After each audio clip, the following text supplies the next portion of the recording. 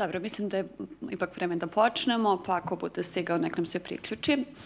Još jednom dobar dan svima. Ja sam Aleksandra Mališić iz Feminističkog kulturnog centra BFM. Hvala vam što ste došli i došle na našu vanrednu konferenciju Činjenicama protiv laži, koju organizujemo kao jedan odgovor na konferenciju koja se upravo održava za zabranu abortusa.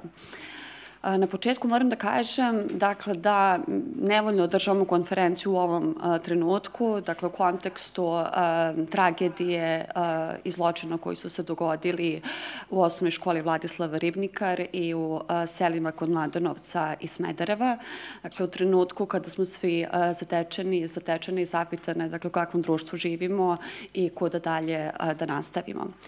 Sa druge strane, s obzirom na to da je najavljena konferencija za zabranu abortusa, Zrodevna, koja počinje, dakle, u ovom trenutku, smatramo da je naša odgovornost da prosto na ovaj način reagujemo. Sve okej. Dakle, nasuprot toj konferenciji mi ćemo danas predstaviti nekakve činjenice, istinite informacije u vezi sa abortusom i nasuprot tome predstavit ćemo kakvo je zapravo stanje i kakav je položaj majki i dece u Srbiji. Žene su i dalje u Srbiji podređene u svakom segmentu života. Svakog dana najmanje jedna žena umre, a 4 oboli od raka grlića materice. Iako je to, dakle, bolest za koju postoji prevencija, to je i dalje jedan od vodećih uzroka oboljevanja i smrtnosti kod žena. I to je samo jedan problem kada je u pitanju žensko zdravlje. Žene manje zarađuju od muškaraca, teže se zapošljavaju, kada zatrudne dobiju otkaze, kada se vrate sa porodiljskoj, vraćaju ih na niže pozicije. Imali smo čak slučaj u jednoj fabrici da su radnice obeležavali kada su imale menstruaciju kako bi menadžment mogao da prati ukoliko neka zatrudne da im na vreme da otkaz. I to je samo deo problema kršenja radnih prava žena. Najmanje 17 žena ubijeno je od početka godine. Svake nedelje jednu ženu ubije partner, bivši partner ili neki drugi muškarac. I to je samo deo problema nasilja nad ženama. Sve ovi uslovi višestrukih diskriminacija kojima su žene izložene su međusobno povezani i povezani su naravno i sa temom seksualnog i reproduktivnog zdravlja i prava. To je jedna obimna i složena tema i mi ćemo danas pokušati da nekoliko aspekata ove teme obrazložimo. I zbog toga će danas govoriti sa nama Milena Vasić iz Jukoma, koja će govoriti iz pravne perspektive, Tamara Ivančević, nezavisna istraživačica u oblasti roda, koja će govoriti, dakle, o medijskim lažnim vestima koje se poslednjih godina kod nas pojavljuju u javnosti, i Marija Sredić, koja će govoriti ko se krije zapravo iza inicijative za zabranu abortusa i ove konferencije. Napomenuću samo da do pre manje od 24 sata na njihovom sajtu nije bilo ni jednog imena i prezimena, ni jednog konkretnog organizatora, ali su te ipak organizacije koje se tamo pojavljaju u javnosti poznate. Na kraju, Jovana Ružičić iz Centra za mame govorit će nam o položaju majki u Srbiji. Hvala vam puno, Milena. Molim te za reč. Hvala. Ja sam nekako, spremajući se za ovaj događaj, razmišljala o tome šta bih mogla da kažem što već nisam rekla više desetina puta u javnom prostoru, ali sam shvatila da neke stvari jednostavno nikad nećemo moći da ponovimo dovoljan broj puta da one dopru do svakoga. I kada pričamo o ovakvim konferencijama i ovakvim inicijativama koje zagovaraju zabranu abortusa, mi zapravo moramo da branimo ranije stečena prava, mi stojimo zaglavljene u jednom vakumu u kome ne možemo da se borimo za veća prava jer moramo da branimo već postojeća. Zagovornici inicijative za zabranu abortusa će reći da ne postoji pravo na abortus. I to je tačno. Mi kad kažemo pravo na abortus, mi obuhvatamo čitav korpus ženskih prava. To je jedna sintagma koju koristimo kao skraćenicu, da kažemo pravo na zdravstvenu zaštitu, pravo na lični i porodični život, pravo na telesni i psihički integritet, pravo na dostojanstvo ličnosti. To nije samo jedno pravo, to je čitav spektar ženskih prava koje nekako iznova i iznova bivaju ugrožena svaki put kada se govori i kada se žene optužuju kao odgovorne za lošu demografsku situaciju. I mi u ovakvim inicijativama možemo da čujemo često dve stvari. Prva stvar je argument prava nerođenog deteta na život i jedan kvazi argument, to je pozivanje na nekakve tradicionalne vrednosti. To nije tradicija u našem pravu. Ne postoji tradicija mešanja crkve u reproduktivna prava žena. To je nešto što se dešava tek od skoro. Mi od 74. godine od Ustava tadašnje SFRJ imamo pravo na slobodu odlučivanja o rađanju kao ustavnu kategoriju. Imamo je i u sadašnjem Ustavu iz 2006. godine. Dakle, tradicija našeg prava je tradicija slobode odlučivanja o rađanju. I tradicionalno, pravni subjektivitet u našem pravu, to je mogućnost da se bude imalac prava i obaveza se stiče rođenjem, a ne začećem. Izuzetno je moguće u slučaju nekih naslednih prava da nerođeno dete bude naslednik i to je sve. Dakle, mi ovde imamo jednu, pre svega, zamenu teza i pozivanja na nekakvu tradiciju, a onda imamo jedno potpuno zanemarivanje našeg pravnog sistema. Ženska prava, dakle, nisu samo prava jedne pojedinačne žene, to su prava koje utiču na čitavu zajednicu i to su prava koje su regulisane i brojnim međunarodnim sporazumima koje je naša država ratifikovala i u obaveze da primenjuje. I ovde pre svega mislim na Evropsku konvenciju za zaštitu ljudskih prava i osnovnih sloboda koju tumači Evropski sud za ljudska prava i kroz čije tumačenje smo zapravo imali čitav niz odluka koji su se bavile pitanjem prava nerođenog deteta na život naspram pitanja majke na zaštitu ličnog i porodičnog života. I tu smo eksplicitno dobili odgovor od Evropskog suda za ljudska prava u više odluke da nerođeno dete nema per se, samo po sebi pravo na život, već ono svoje pravo na život crpi iz prava i interesa majke. Pa smo tako u situacijama kada bi žene, recimo, bile pogrešno informisane o zdravstvenom stanju ploda i podstaknute da izvrše pobačaj, a nije bilo medicinskih razloga za to, dobijali odluku gde se potvrđuje pravo nerođenog deteta na život, jer je majka želela da rodi to dete. U nekim drugim odlukama, kada recimo žene nisu dobijale dovoljne informacije od strane nadležnih medicinskih institucija, pa im je protekao rok u kome bi mogle da izvrše abortus, dobijali smo upravo suprotnu odluku da je ženi prekršeno pravo na lični i porodični život jer nije dobila adekvatan odgovor zdravstvenog sistema u situaciji u kojoj je želela da prekine trudnoću. Dakle, pravo deteta koje je začeto, a nije rođeno, proizilazi iz prava interesa majke i to je potpuno prirodno kada pogledamo pravo na telesni, to je na fizički i psihički integritet koje ima žena kada odlučuje o rađanju. Tako je u Ustavu od 2006. napisano, u porodičnom zakonu je napisano još eksplicitnije, žena slobodno odlučuje o rađanju deteta. I kada pričamo o inicijativi da se ograniči pravo na abortus, mi zapravo pričamo o jednom sistematskom urušavanju dostignutog nivoa ljudskih prava, ženskih prava, koje je takođe zabranjeno Ustavom. Znači, Ustav eksplicitno propisuje da je zabranjeno snižavanje dostignutog nivoa ljudskih prava. Dakle, ovde imamo čitavu jednu vrlo agresivnu i vrlo regresivnu akciju koja je usmerena na to da se smanji postojeći obim prava. A s druge strane, u našem ustavno-pravnom sistemu, sistemu ljudskih prava, u tradiciji evropskog kontinentalnog prava, uvek se ide na to kada se ograničava neko pravo, da ta mera bude najmanje moguće represivna.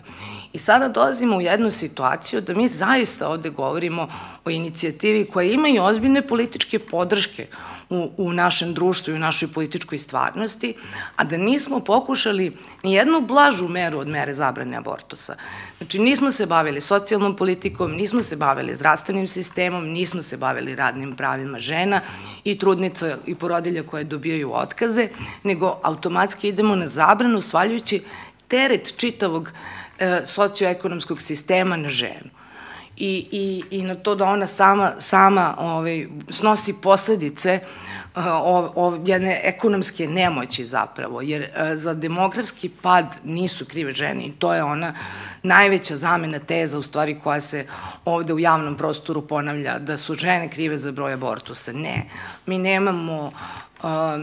nemamo seksualno obrazovanje kao predmet u školama, mi nemamo mogućnost uopšte da dopremo do velikog broja žena koje, verujem, uglavnom vrlo nerado se odlučuju da izvrše taj abortus.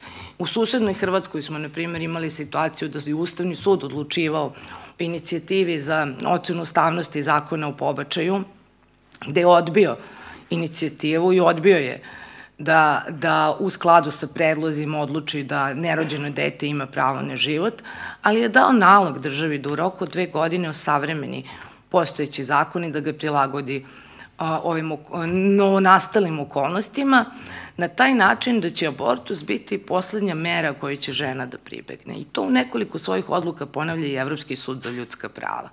Ali da bi abortus bio poslednja mera, mora da se stvore određeni politički i društveni uslovi da bi žena uopšte mogla da razmišlja o rađanju. I mi sada u situaciji, ja znam kao neko ko se bavi besplatnim pružanjem pravne pomoći, koliko se žena javlja sa tim pitanjem, koliko je žena zaposleno na ugovore na određeno, na ugovore o privremenim i povremenim poslovima i sve one se javljaju kada zatrudne i pitaju a šta ja sada da radim. I ako ćemo kažemo da su žene krive i da ženama ograničimo pravo i da stavimo tapiju na žensko telo, da ona sa svojim telom ne može da radi šta hoće, pre nego da se pozabavimo socijalnom politikom u situaciji kada imamo akušersko nasilje, kada imamo 17 femicida od početka godine.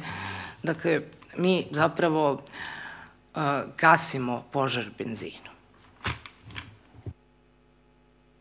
Hvala Milena. Tamara, molim te za reč. Dobar dan i od mene. Kao što je Aleksandra najavila, ja ću govoriti o uobičajenim lažnim vestima i manipulacijama koje se javljaju i u tradicionalnim i u digitalnim medijama i veoma često i na sajtovima ovih takozvanih samoprozvanih pro-life, a u stvari je anti-choice, odnosno pokreta za zabranu abortusa. I zapravo želim da istaknem da neodgovorno informisanje i lažne vesti zaista dovode do stigmatizovanja abortusa kao legitimne medicinske procedure, izbora žene i stigmatizuju žene koje su se na abortus odlučile, odnosno koje su taj izbor napravile. Pre svega, htela bih da istaknem manipulaciju brojem izvršenih medicinski indukovanih abortusa. To je veoma često i prisutno je već decenijama u našim medijima. Ta brojka se zapravo kreće od 10.000 pa stiže do 150 i čak 200.000 i postavlja se pitanje kako je ova manipulacija moguća ako mi imamo zvaničnu državnu statistiku. Ta zvanična državna statistika postoji u zdravstveno-statističkom godišnjaku Republike Srbije, izdaje Institut za javno zdravlje dr. Milan Jovanović Batut i evo recimo za 2021. još uvek nisu izašli podaci za prošlu godinu, ali za 2021. Pokazano je da je bilo 10.880 ukupnih prekida trudnoće, a od toga zapravo medicinski indukovanih 8.505. Prema tome, veoma je važno da ovu vrstu podataka tražimo sa zvaničnih statistika, a ne da prepisujemo vesti ili podatke sa neproverenih izvora. Isto tako je važno da zapravo kod 94,8% prekida trudnoće registrovana starost ploda je manja od 10. nedelje i ovo je veoma važno jer se često manipuliše o uzrastu fetusa kada se govori o abortusu.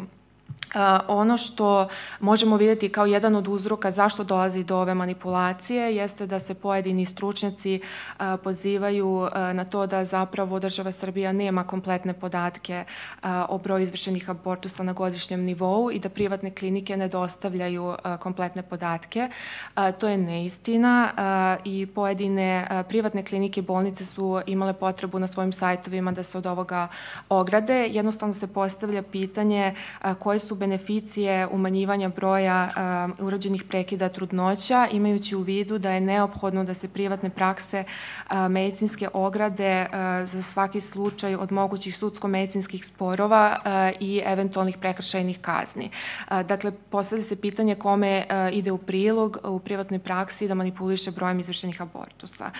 Zato apelujem i molim da se prilikom izveštavanja proveravaju zvanični sajtovi, provereni sajtovi i da se kao sagovornici i sagovornice pozivaju kompetentni ljudi.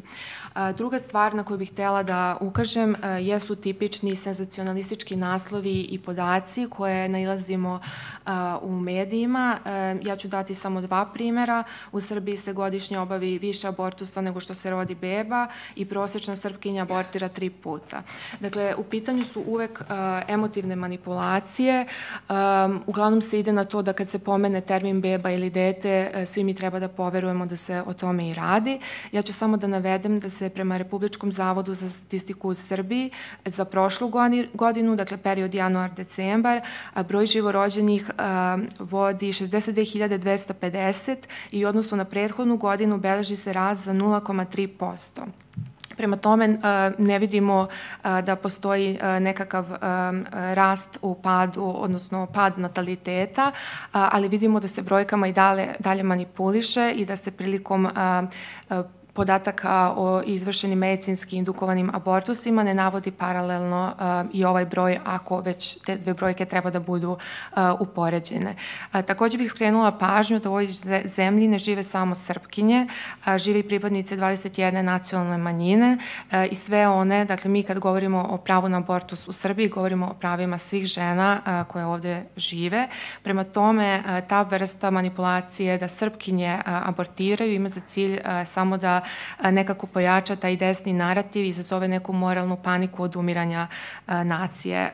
Tako da ovde je veoma važno da demografi i drugi stručnjaci zaista povedu računa na koji način govore o ovoj temi i ono što moramo postaviti kao pitanje jeste čija su nama deca poželjna, jesu li to sva deca Srbije ili samo određenih nacionalnih pripadnosti, jesu li to deca svih klasa ili samo oni višeg statusa.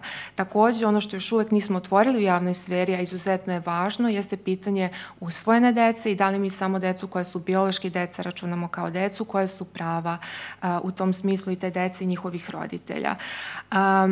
Poslednje što bih pomenula jeste manipulacija zdravstvenim podacima, veoma opasna.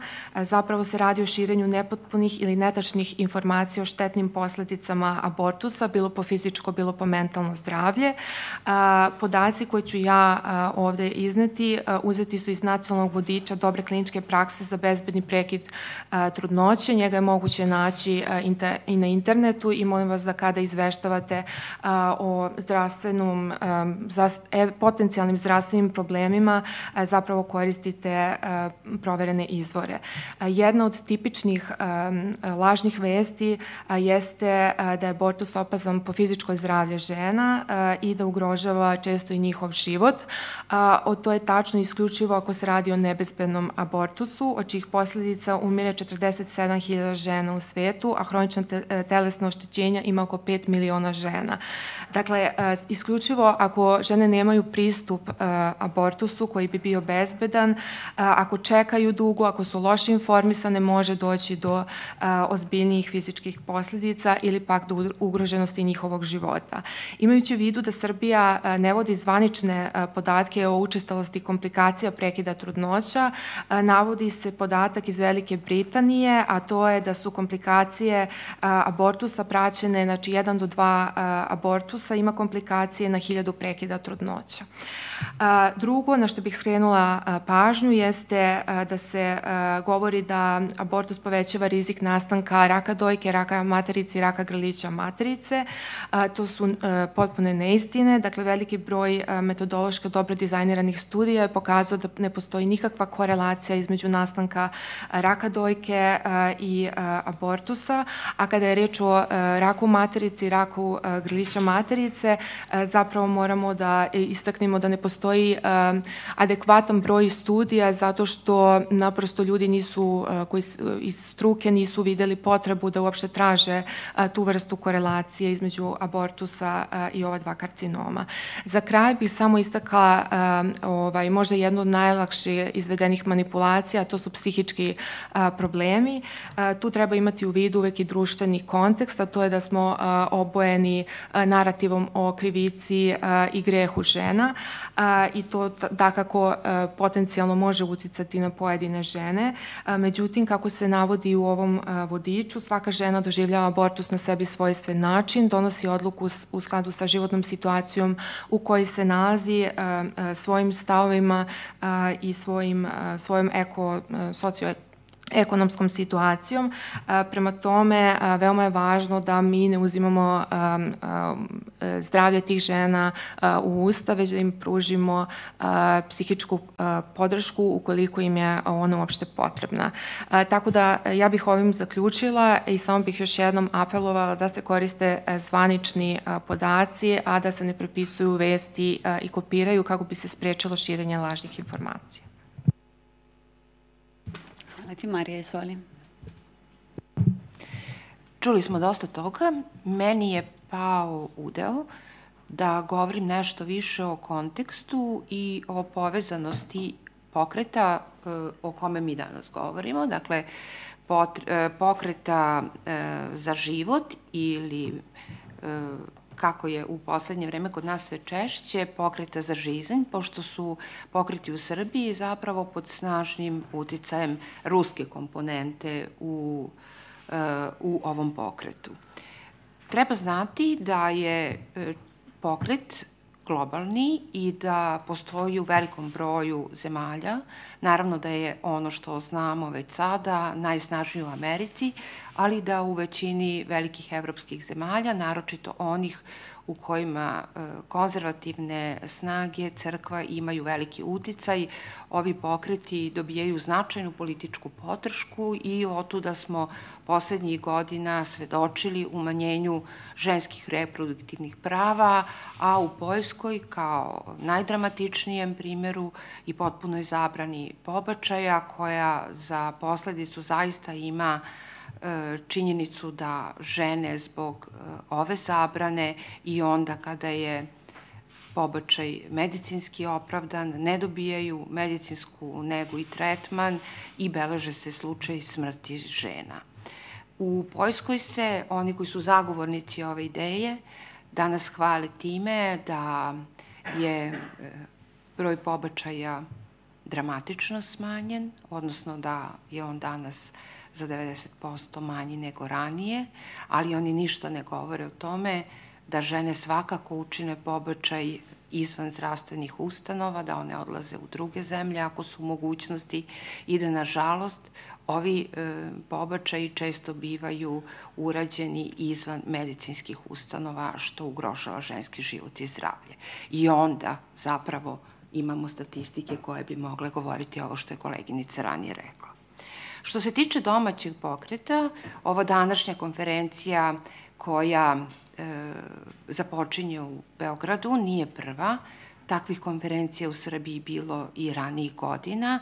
Ona je sad možda privukla veću pažnju javnosti ili možda i ženskog pokreta. Možda nismo bile dovoljno brze da primetimo početak njihovog delovanja u Srbiji. U svakom slučaju, Fondacija za život, koju čine organizacije Kneginja Persida Karađorđević, Centar za zaštitu porodice, Inicijativa za zabranu abortusa, kao i njihova podrška za žizanj, Fondacija Prijatelji Božiji, Pokret Deca 3+, Društvo srpskih domaćina i Evropska federacija Pro-Life danas počinju svoj rad i verovatno će se i na ovoj konferenciji čuti argumentacija koja je ovde izneta i koja se provlači ne samo po medijima, nego i u narativima nažalost, narativima političara u ovoj zemlji i narativima predstavnika institucija. Ono što još želim da istaknem, to je da na desnoj sceni, odnosno desnoj ekstremnoj sceni koju sam pratila poslednjih godina, vrlo često zabrana abortusa i antifeministički stavovi postaju deo korpusa sa kojim oni komuniciraju sa javnošću. Vrlo često u organizacijama organizuju skupove, predavanja i debate koje uključuju i debatu o pobačaju.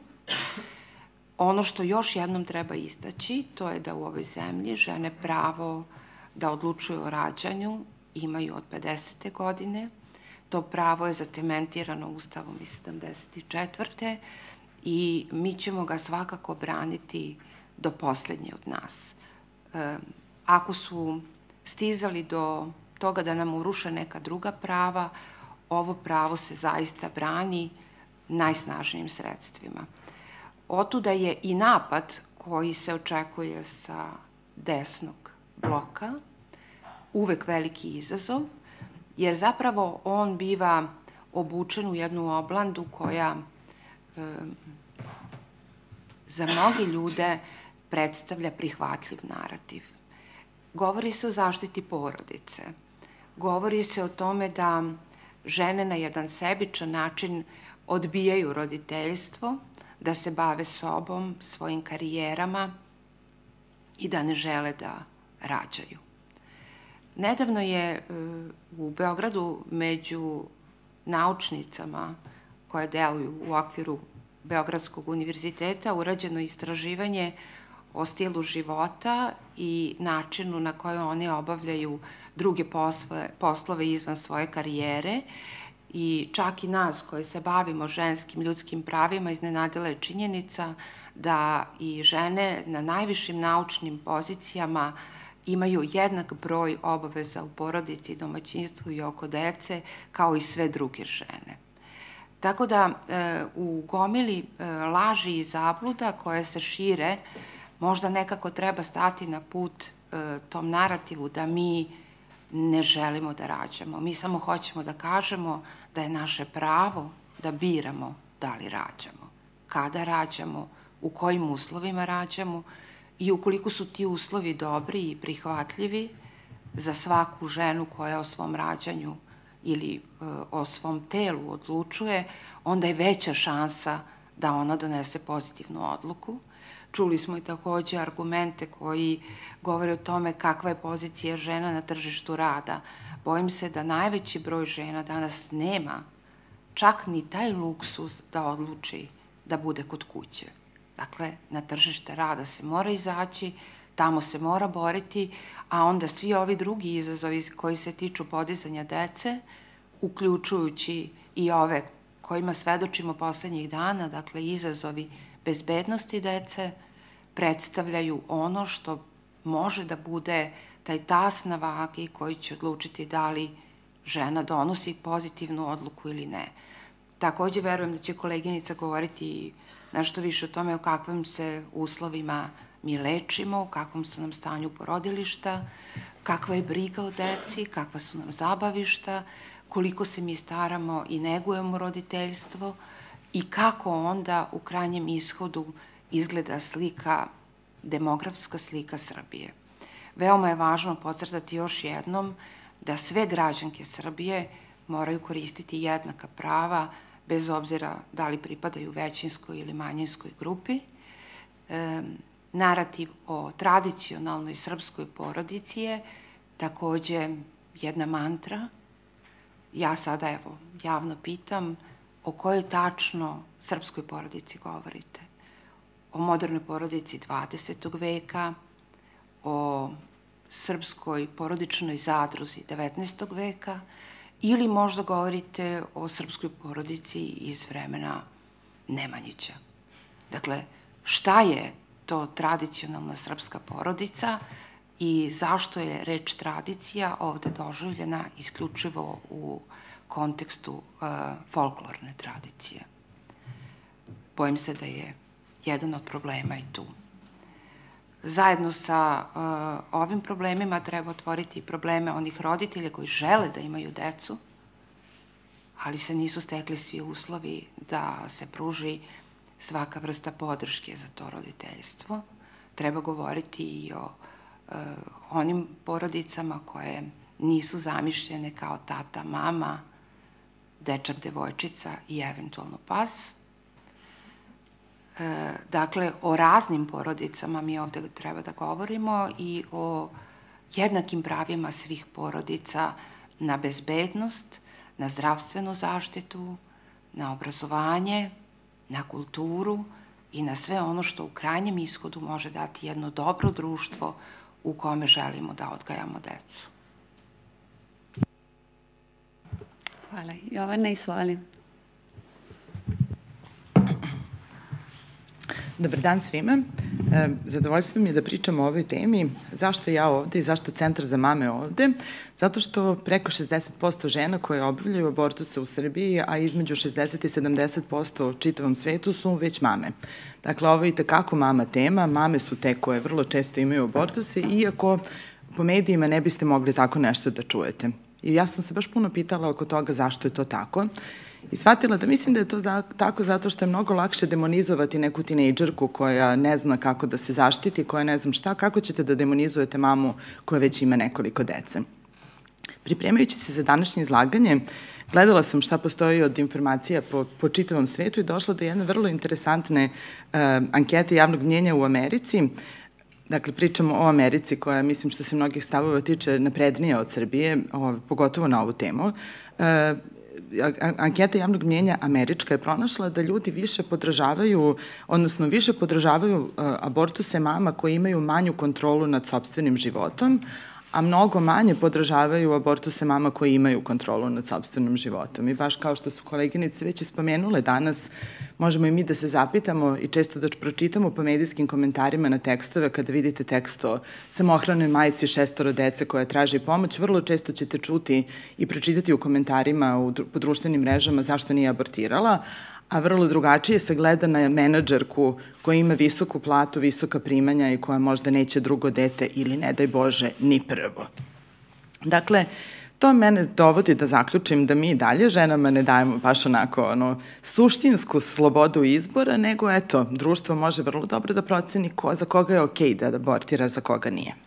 Što se Srbije tiče, ništa tu drugačije nije. Mislim da su ovi stavovi, odnosno ove brojke te američke ankete da bi ovde bili još gori, ali kao što sam rekla, mame su one koje i u Srbiji i u svetu primarno imaju te abortuse. Zašto dolazi do toga? Pa mislim da dolazi zbog toga iz puno razloga. Prvo, u Srbiji ne postoji centar za planiranje porodice. Ne postoji centar za planiranje porodice za mlađe ljude koje nisu još uvek roditelji, a kamoli za roditelje. Kontracepcija je skupa. Hajde da razmišljamo prvo koliko je dostupna, a drugo koje su njene cene. Ko to može danas da priušti, pogotovo ako, kao u većini brakova, imate neke redovnije odnose. Kada pričam o kontracepciji, želela sam da sa vama podelim neke brojke koje imam od pre nekoliko godina, a koje mislim da su i tekako interesantne.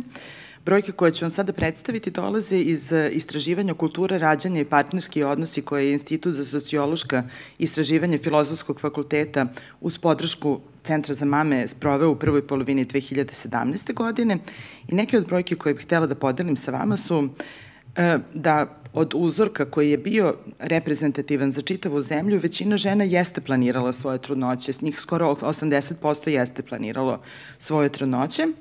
U pretežno preko 60% dogovoru sa partnerom, dakle porodice ovde planiraju trudnoće, ali ono što je interesantno je da što su ispitanice siromašnije, veći je broj neplaniranih trudnoća i oko svaka treća ispitanica jeste imala abortus. Ono što se pokazao kao prosek abortusa je 1,8 po ispitanici, što ukazuje na veoma nisku kontraceptivnu kulturu, a samim tim se ismanjuju realni okviri u kojima možete planirati roditeljstvo. Žene koje ne koriste nikakvu kontracepciju dolaze one su niže obrazovane žene, odnosno 64,5% žena sa samo završenom osnovnom školom ili nižim obrazovanjem ne koristi kontracepciju, dok oko 30% visoko obrazovanih žena ne koristi kontracepciju. Ali kada se, recimo, izvinite samo sekund, ono što je interesantno je da čak 62,2% žena koje se slažu da abortus treba zabraniti spada u grupu onih koji ne koriste kontracepciju. Tako da, eto, takođe korišćenje kontracepcije se takođe pokazalo povezanim sa stavom odgovornosti žena za rađanje i preko polovine ispitanica među onima koji se u potpunosti slažu sa stavom da ozbiljnost problema bele kuge nalaže ženama obavezu da više rađaju su takođe one žene koje ne koriste kontracepciju. Tako da, ovo istraživanje nam je onako dao jedan dobar češ po glavi da se stanemo počeškamo i razmislimo šta možemo kao zemlja da uradimo, da se poveća svest o kontracepciji, o značaju, jer to i tekako može posredno da smanji broj abortusa ako nam je to stvarno cilj. Pričali smo o tome da su mame te koje imaju najviše abortusa. Ja bih samo vrlo ukratko predstavila iskustvo majčinstva. Žena kad je u reproduktivnom dobu, već na intervjuima za posao, odgovara na pitanja ne o svojim veštinama, znanjima i kompetencijama, nego o tome da li ima dečka, da li je to ozbiljna veza, da li planiraju da imaju decu, kada planira da ima decu i tako dalje i tako dalje. Onda ako žena uspe da pronađe posao, treba i vremena dok ona ne dođe do nekog ugovora na stalno kome svi stremimo.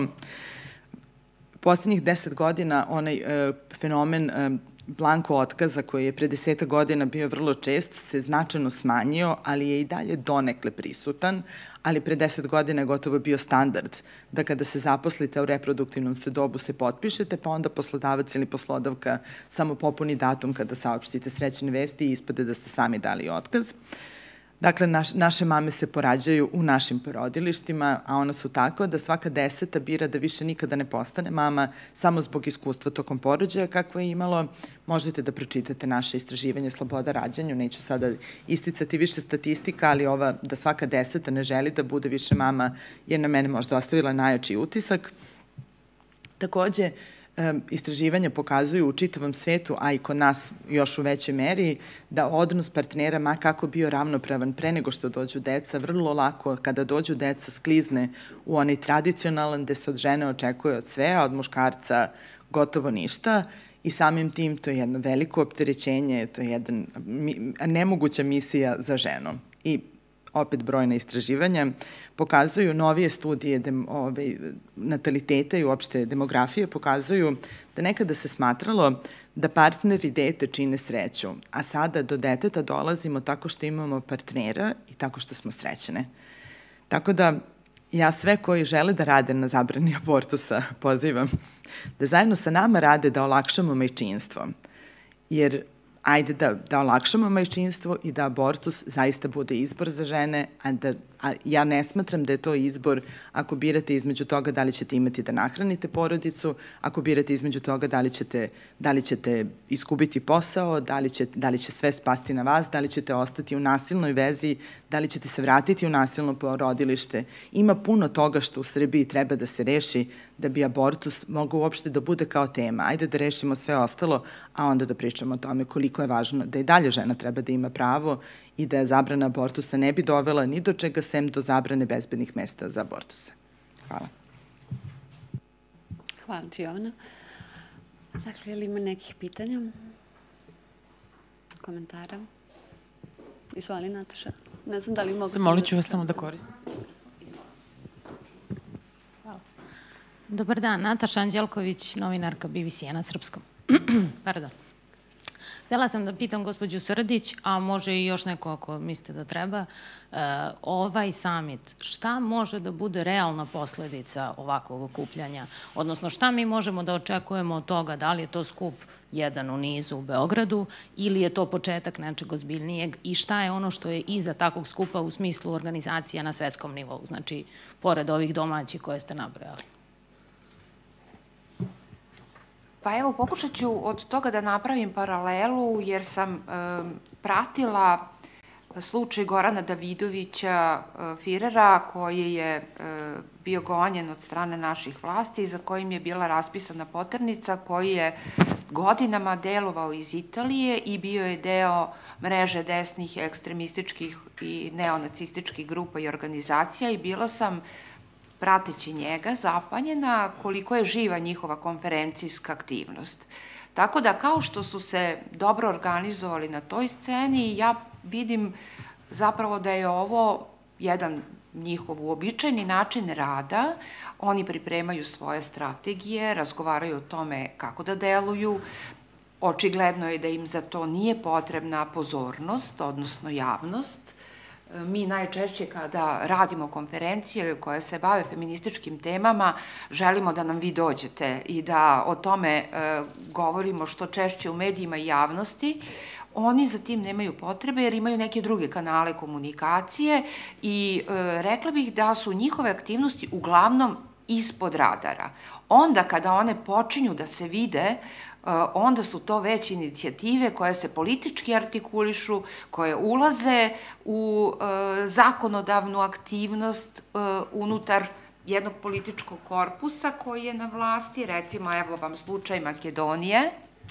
Oni su zakon baždarili tako da su žene imale prepreku da obave abortus u medicinskoj ustanovi, odnosno postojala takozvana komisija u našem zakonu, danas kako stvari stoje, a nadam se da će tako i ostati, između žene i njenog izabranog ginekologa nema nikoga trećeg.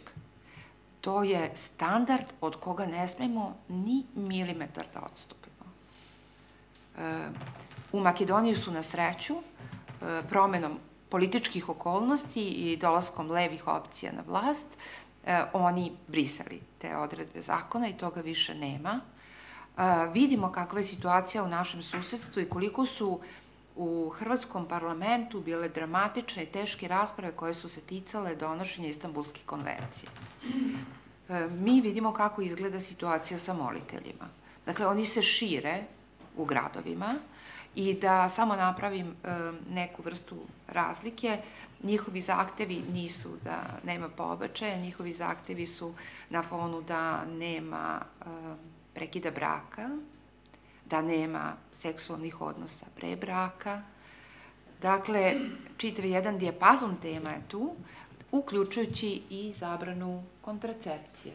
Dakle, i to je na njihovoj agendi jedna od tema. Takođe se uz pomoć kvazi naučnih stavova osporava kontracepcija kao prihvatljiva za ženu zdrava opcija. I još nešto sam propustila da kažem, a mislim da nije bez značaja. Mi prisustujemo jednoj ne samo demonizaciji žena, već ideji o tome da srpski junaci uzmu oružje u svoje ruke i da osim što brane Kosovo, zaređuju da se obračunavaju po kućama sa svima, pa i sa neposlušnim ženama. Danas je dan kada isto treba reći da je u mom gradu, u gradu u kome živim, Novom Sadu, prekjuče ubijena 17 žena u ovoj godini. Ako vi imate osjećaj da između vas, kao žene, i nasilnika koji je spreman da vas ubije, ne stoje država, institucije, ne stoji niko ko vas brani, čak i onda kada oni izreknu, kao što je bio slučaj u Novom Sadu, meru zabrane prilaska, dakle da niko suštinski ne stoji između vas i onoga ko puca u vašu glavu, bojim se da teško donosite odluku i o partnerskoj vezi, a onda posledično i o tome da li ćete rađati. Morate biti zadovoljna, slobodna i prihvaćena žena da biste bili partnerka i da biste bili roditelj, majka. Tako da, evo, to je odgovor, možda preopširan na vaše jednostavno pitanje, ali deluju ispod radara, pripremaju svoje strategije i svoje taktičke korake, uvezuju se sa državom. Neke od ovih ljudi iz organizacija koje sam pomenula da su deo mreže sam pronašla u izveštajima sa sastanaka u Ministarstvu za brigu o porodici. Tako da oni polako i sigurno prodiru na mesta gde se donose odluke.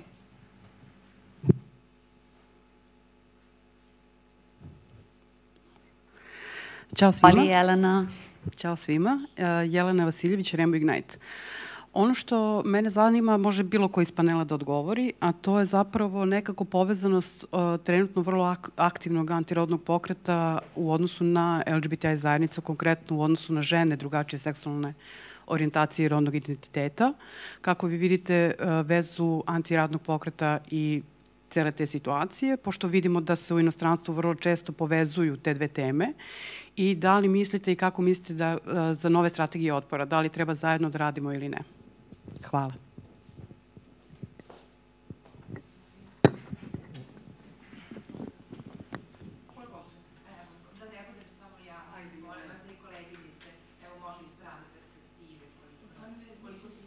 Stvarno ne vidim pravnu perspektivu tog pitanja, pa ne bih odgovarala na njega, i nije mi nekako tema ove konferencije, izvinite, ali stvarno ne.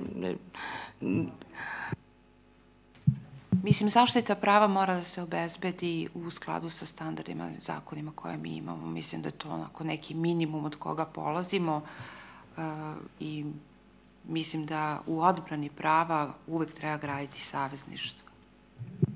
Evo, kratko ću samo da dodam. Da, ja mislim da je neophodno, nažalost, nemamo dovoljno možda snažne veze između, sad jeste pitanje koji su nam ženski pokreti, ko sebe naziva u okviru ženskog pokreta, u okviru feminističkog, LGBTIQ, ali zaista mislim da ako su nam bazične vrednosti iste, a to je odbrana ljudskog dostojanstva, moramo naći način za dijalog i za odbranu, tako da ja ne vidim drugo osim savezništva.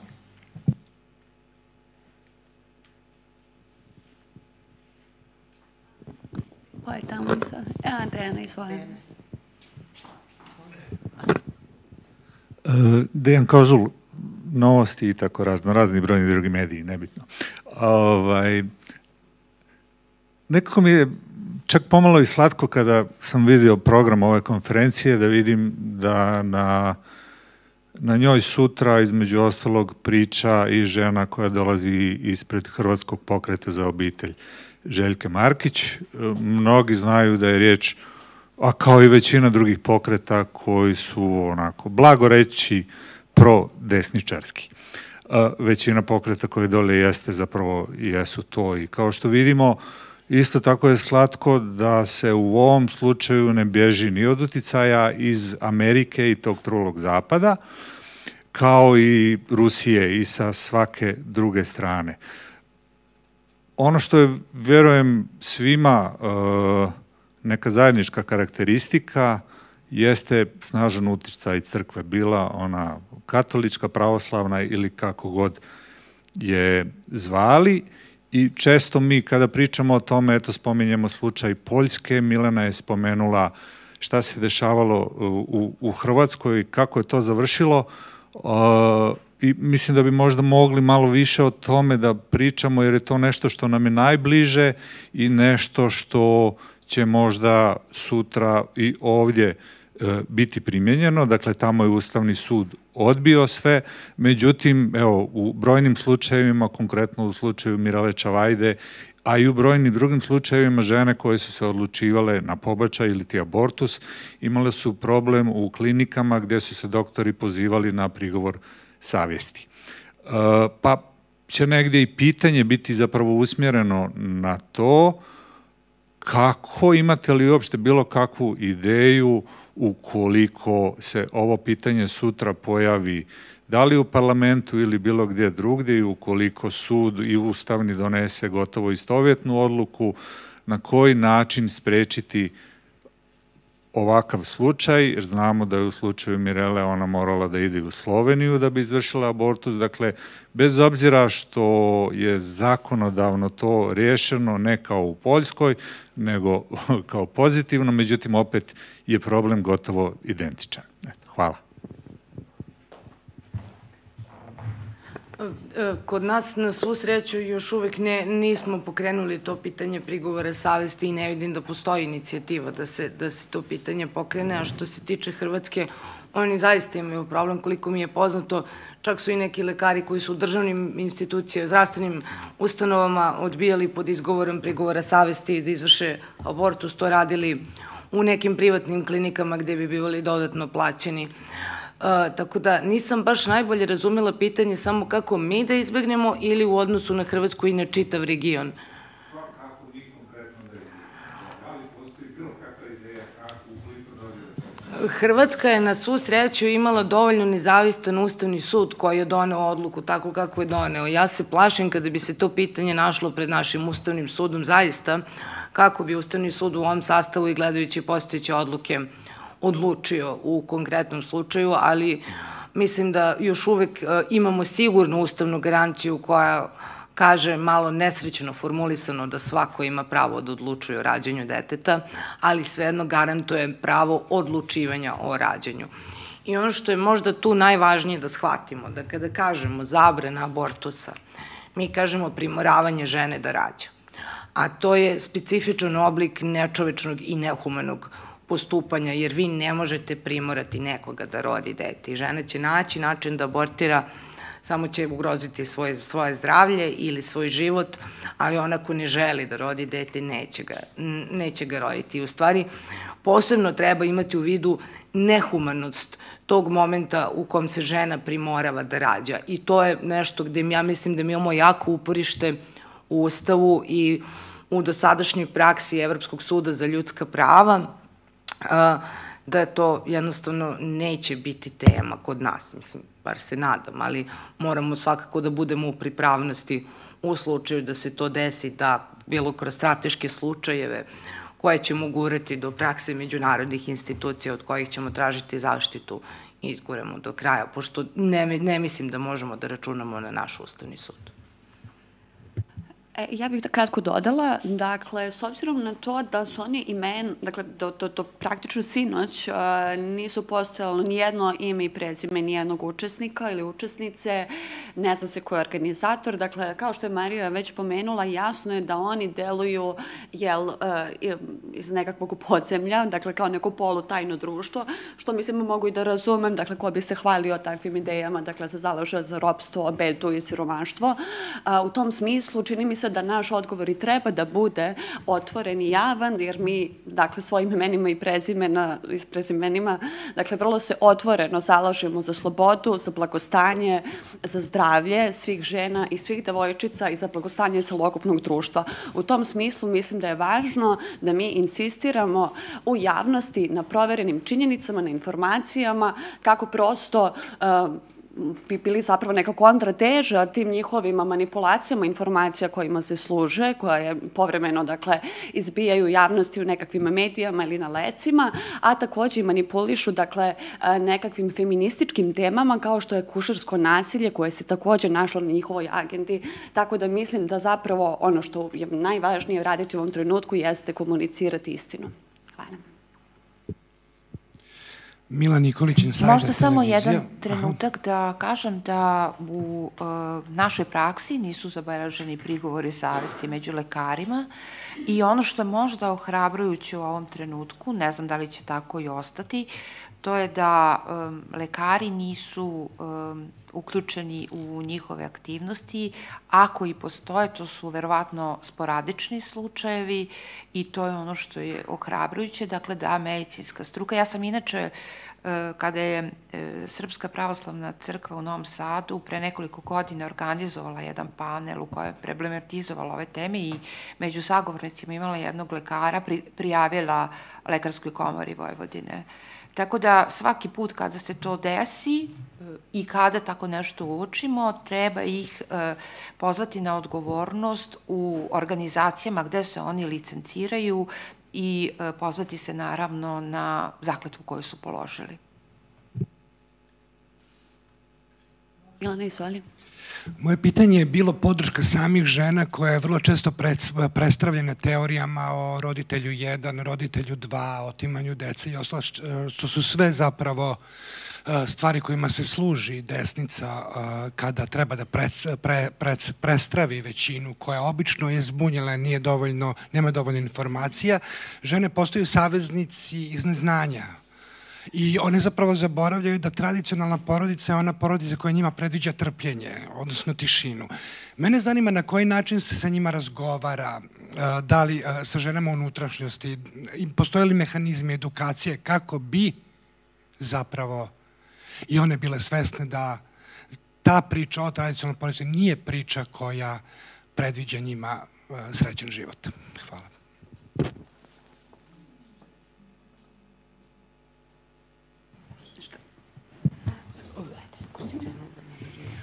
Pa, ne, ja stvarno mislim da, ja nemam utisak da žene u unutrašnjosti su toliko neobrazovane, pogotovo kad je tema prekida trudnoće u pitanju. Mislim da su vrlo u tom smislu, da je njima to pravo zapravo jako važno i mnogo potrebnije nego ženama u urbanim sredinama, upravo zbog tog odnosa trpljenja u tradicionalnoj porodici. I u tom smislu mislim da to nije problem. Sad, ono što jeste problem kod nas u ruralnim sredinama, ali i u urbanim takođe, je to pitanje seksualnog obrazovanja, u koje ne spada samo obrazovanje o biologiji, o seksu, već i o partnerskim odnosima i o temama koje se tiču nasilja i trpljenja nasilja. I to je ono što nam generalno fali, gde imamo zapravo paradoksalno, ali upravo Srpska pravoslavna crkva kao organizacija koja se zalaže za zabranu abortusa istovremeno drži neku, kako da kažem, veto drži na seksualnom obrazovanju i kad god se pomene pitanje seksualnog obrazovanja, ono je tu najglasnije da se pobuni. Pa je to pitanje šta hoćete, jel hoćete stvarno žene kao reproduktivno roblje, da ne znaju ništa o svojim pravima i o mogućnostima, a da im zabranite abortus, jer na to se svodi, pogotovo, kažem, u ruralnim sredinama. Evo, i tamo je htela. Da, samo bih dodala, jer to jeste važno pitanje, ali to je nešto što nam se ponavlja kroz različite teme, pa i kroz ovu, a to je da nevladin sektor preuzima ulogu države. Znači, mi imamo brojne organizacije koje se deklarišu kao ženske, feminističke, LGBTIQ i tako dalje, koji rade sa ljudima različitog uzrasta, putuju po Srbiji, nekad organizuju i programe po regionu i tako dalje. Ali u tom smislu se postavlja pitanje da li će stvarno NGO da preuzima toliko odgovornost na sebe. Tako da mi radimo šta je do nas, ovo što je Jelena malo pre pitala, zato je važno da budemo uvezani, ali nekako ostaje zaista ogroman prostor u formalnom obrazovanju gde bi se moglo više komunicirati po osnovnim, srednjim školama gde bi onda to zapravo uključilo celu Srbiju. A ovako programi koji se povremeno organizuju, koje organizuje NGO, naprosto ne mogu da dođu do tolikog broja ljudi i nemaju te kapacitete. Tako da to jeste problem, da kažem, ljudstva, prosto resurs. Ako mogu ja isto malkice... Ja mislim još samo tekst i mislim da moram... Mogu ja samo... Izvini. Ništa. Samo da se nadovežem na to pitanje. Mislim, žene rastu, mi svi živimo u ovoj našoj kulturi, koja je takva kakva jeste, gde nam se postavlja jedan ideal šta je žena, jedan ideal šta je majka, jedan ideal šta je brak. Nedavno sam na nekoj konferenciji čula nekoga koji je opisivao svoju majku sa rečima ona je bila prava mučenica. Kao najveći kompliment koji je mogao da da svojoj majci, ona je bila prava mučenica. Mi jednostavno, percepcija žena će se menjati kako se menja percepcija, kako se menja naša kultura. To je jedan dugotrajan i spor proces. Mi svi rastemo okruženim našim majkama, okruženim našim bakama, pretkinjama, koje su izvojevale neke pobede i omogućile nam neka prava koja možda neke od njih čak i nisu imale. Ali kultura se jako sporo menja. Jako sporo. I mislim da promene za koje se mi ovde zalažemo su promene čije će koristi imati možda naše kćerke, nadam se kćerke, a ne unuke.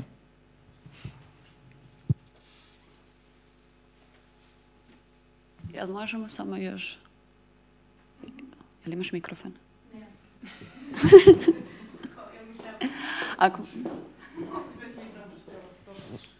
Hvala. Pa nastavak na Dejanovo pitanje, u stvari kad govorimo o kontracepciji, o prizivu savesti, ne znam da li ste svesni trenda među mladim devojkama koje hoće da ugrade spiralu kao vid kontracepcije, da njima doktori i u privatnim klinikama ne žele da ugrade spiralu. Šta u toj situaciji da urade devojke i na šta mogu da se pozovu? Mislim, znam iz ličnog primjera, znam iz primjera mnogih devojaka, gde je argument bio da ne žele da nam unište telo i da se spirala ugrađuje samo ženama koje su već rađale.